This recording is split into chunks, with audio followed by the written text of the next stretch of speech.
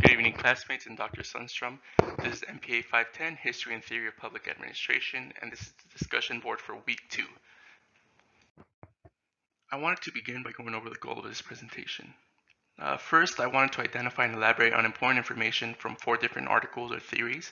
I'd like to go in a little bit deeper on each one, but because of time, I could only identify at least the most important one I thought was relevant still. Number 2, I wanted to apply the theories to modern day situations in public administration. And 3, I wanted to discuss whether the concept or the theory is still relevant in modern times. The 4 essays that I chose to focus on were The Study of Administration by Woodrow Wilson, Politics and Administration by Frank Johnson Goodenough, The Principles of Scientific Management by Frederick Winslow Taylor, and The Giving of Orders by Mary Parker Follett. From the study of administration, there were 3 points that I thought were very important to this in this article, and that applied to this class. The very first one was object of administrative study, and that was going to be page 16, paragraph 1, and why should administrative study exist, and that'd be page 18, paragraph 2. But I think the most important takeaway from this article was just the dichotomy that Wilson argued for, that clear separation between politics and administration.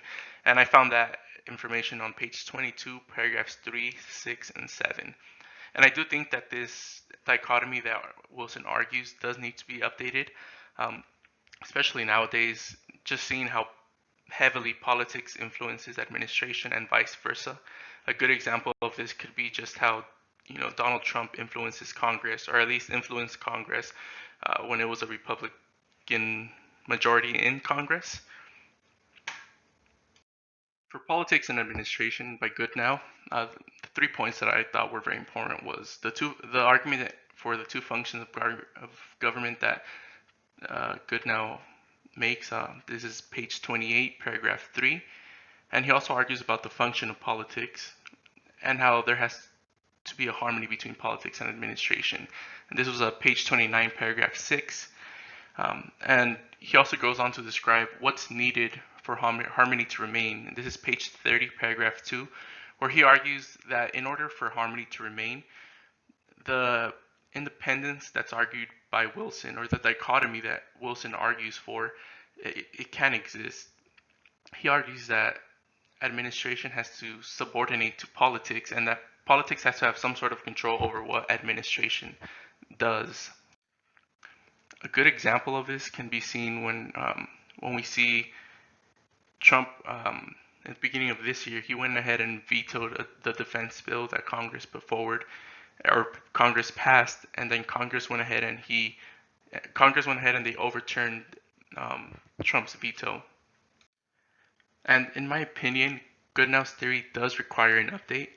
Just based on some reading and research that I did, I used encyclopedia.com for example.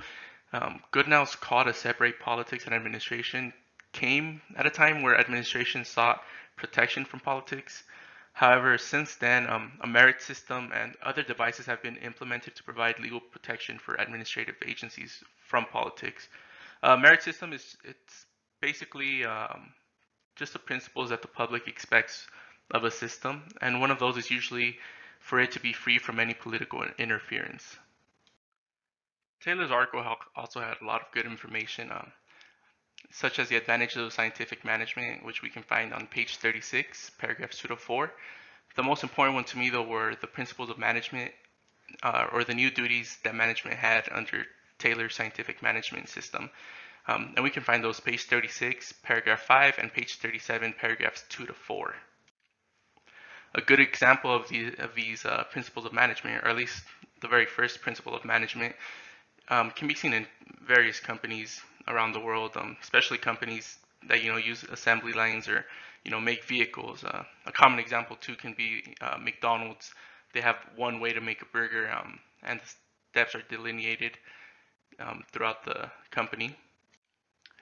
But in public administration, the 4th duty of having a hierarchy can be seen just in pretty much any government agency where, for example, the agency that I work at, we have a chief, and then we have a deputy chief who oversees assistant deputy chiefs, and each assistant deputy chiefs oversee different branches throughout our district.